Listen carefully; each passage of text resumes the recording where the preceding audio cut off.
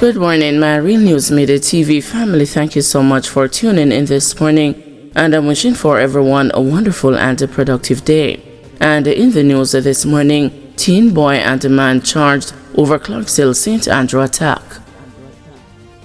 A 17-year-old boy and a 37-year-old man, both from Clarksville District to St. Andrew, have been charged after allegedly attacking a man they accused of harboring a stranger in the community.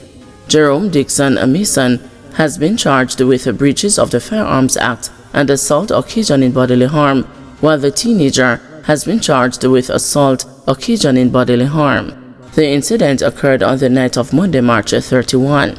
According to reports from the Stony Hill Police, at about 7 p.m., Dixon and the teen approached the man and accused him of harboring a stranger in the community. Dixon allegedly pulled a firearm from his waistband and struck the man in the chest, while the 17-year-old reportedly used a machete to hit the man several times. The man managed to escape. Following a report of the incident, Dixon and the teen turned themselves into the police on Saturday, April 5. They were subsequently charged. Dixon is scheduled to appear before the Kingston and the St. Andrew Parish Court on Wednesday, April 16, while the teenager is set to appear in court on Monday, May 5. 4 guns seized at house in Thompson Pen, man arrested. 4 firearms and 3 rounds of ammunition were on Sunday seized at a house in Thompson Pen, Spanish Town, St. Catherine, and a male occupant was arrested as a police military team visited the area following Saturday night's gun attack that left 3 persons injured. The man is to be questioned by the police. They say the team went to the area on Sunday around 12:30 p.m. in search of gunmen and wanted persons. The man's house was searched and the guns and ammunition were found in his possession. His identity is being withheld pending further investigation. Regarding the shooting on Saturday night, it is reported that about 10:30, 2 women and a man were at a shop when they were pounced on by gunmen traveling on foot who opened the fire, hitting them, according to the police. The police were alerted and they were taken to the nearby Spanish Town Hospital for treatment. According to the police, the man is said to be in critical condition. Following Saturday night's gun attack, the police were placed on high alert after an initial probe revealed that the shooting was carried out by heavily armed assailants. Police constable stabbed by prisoner at Montego Bay Lockup. A police constable was attacked and stabbed in the head by a prisoner at the Montego Bay Lockup in St. James on Saturday. The constable, who is assigned to the police's detention and the court's division, was taken to the Cornwall Regional Hospital for treatment. The attacker, who is in custody on a murder charge, has since been charged with felonious wounding. Reports are that about 5:15 p.m., the policeman was at the lockup checking off prisoners when he was pounced upon and attacked by the man who stabbed him with a makeshift knife. Police still in pursuit of mastermind behind the Cherry Tree Lane mass shooting. The Major Investigation Division says it is still searching for the mastermind behind the last year's mass shooting in Cherry Tree Lane, Clarendon. 8 people, including an 8-year-old boy, were killed in the attack on August 11. A senior investigator told the news that the police high command is continuing the pursuit of all those involved in planning the deadly incident. The 2 men charged in connection with the incident, 28-year-old Duchesne Smalling, otherwise called the Snowman, and the 32-year-old Leighton White, also called the Bands, were again remanded when they appeared before the Home Circuit Court on Friday. The men are to return on May 29. 2 other men linked to the massacre were fatally shot by the police. Man charged after allegedly being held with a gun at a Mountain View Avenue party. The Kingston East Police have charged a man after he was allegedly held with a gun in a bag at a party on Mountain View Avenue early Sunday morning. Charged with being in possession of a prohibited weapon and unauthorized possession of ammunition is a 34-year-old taxi operator, Rory McFarlane, a resident of the area. His court date is being finalized. Reports from the Elletson Road Police are that about 1 a.m., a police team was on mobile patrol duties in the area when they saw a party in session. The team went to check the venue regarding the party's permit, and they saw McFarlane, whose actions aroused their suspicion. He was accosted and searched. During the search, the firearm was found in a bag that he had in his possession. He was subsequently taken into custody and charged following an interview session. Bigger gun down, vehicle stolen in St. Anne. A 47-year-old vendor was shot and killed in St. Anne on Saturday night and his motor vehicle stolen. Dead is Conroy Hills, otherwise called Bigger, of Roaring River in Stairtown.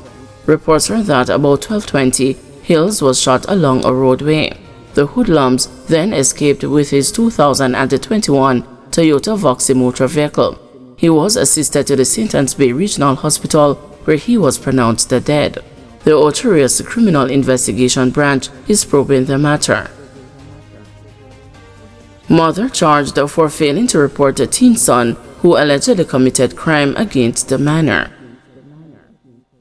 A mother has been charged by the St. Catherine Police for failing to report her 17-year-old son after he allegedly committed a crime against a minor. She is 40-year-old Sanya Sims, a higgler of Water Lane, Junction and the Toms River St. Mary, who is charged with failure to report a crime to the Children's Registry. Reports from the Spanish Town Police are that about 6:30 p.m. on Monday, March 24, Sims's son committed a crime on a minor, to which he was later arrested and charged. The alleged incident happened in Fairfield Crescent, Spanish Town. According to the police, the crime was committed knowingly to Sims, who failed to report it to the police or the Office of the Children's Registry. On Friday, April 4, Sims was arrested and charged with the offense. She is scheduled to appear in the St. Catherine Parish Court on Tuesday, May 13. Vendors welcome renovated Papine Market. Vendors who conduct business at the Papine Market in St. Andrew now have access to a clean environment following its renovation. The 3-week project saw the repositioning of the garbage bay, painting of the space, sanitation of the market, and expansion to facilitate more vendors. Mayor of Kingston Andrew Swaby on Sunday urged the vendors to maintain the newly improved market space. Well, today what we have done, we have rolled out the refurbished Papine Market. What we have done is that we have repositioned the garbage bay, or put in a more secure environment so that outside persons can come and throw garbage in it. We have painted the place, we have washed down the area, we have fixed and refurbished also the sanitary convenience, and we have patched the area, we have created additional space because we have removed persons who normally vendor the road inside. Let's say a little bit over 3 weeks it took us. Well, we are going to watch it, but so far for now we have seen some orderly way. For example, right on the Market Road there, I see where the taxi bed are in a queue now, and what we are trying to do is facilitate easier access also to one of the premier hospital that we have, because clearly it has been congested on the road, so we want to make sure that situation doesn't exist anymore. What has been our experience in the past is that other business places and even driver-bys just come and throw garbage in where it used to be. What we are doing now, we're making sure that doesn't exist anymore. The environment is much cleaner.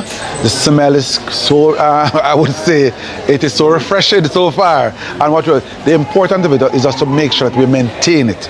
And we are putting in the structure in place, and the city inspector along with the CEO have been tasked with making sure that we have proper enforcement. If you notice that there are some areas right now that has not been occupied, so we do. You have to understand that there are times, even for Christmas time or seasonal time, when other persons come here just to shop at that season, and it exists now.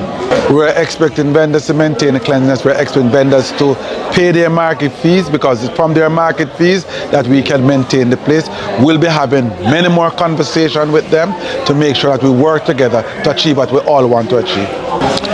Well, yeah, because those are some of our stakeholders, and what we did, we met with them.